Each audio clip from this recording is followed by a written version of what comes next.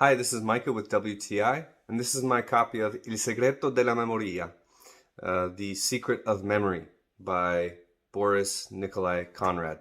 So this is a good read. I picked this up in Rome when I needed something to read on the train, and it was really enjoyable. It was originally written in German. This is an Italian translation, so if you understand German better than Italian, that's an option for you. But this is the Italian version. I really enjoyed it.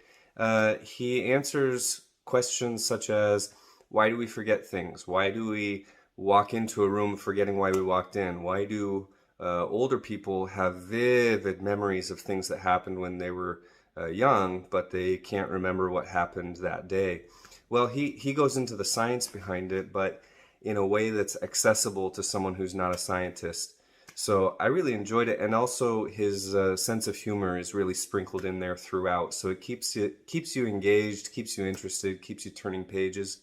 And I also appreciated how he'll explain something scientific that might be a little hard to grasp, and then immediately he shows you a graphic of it, so you can kind of visualize what he's talking about. See, there's another one there.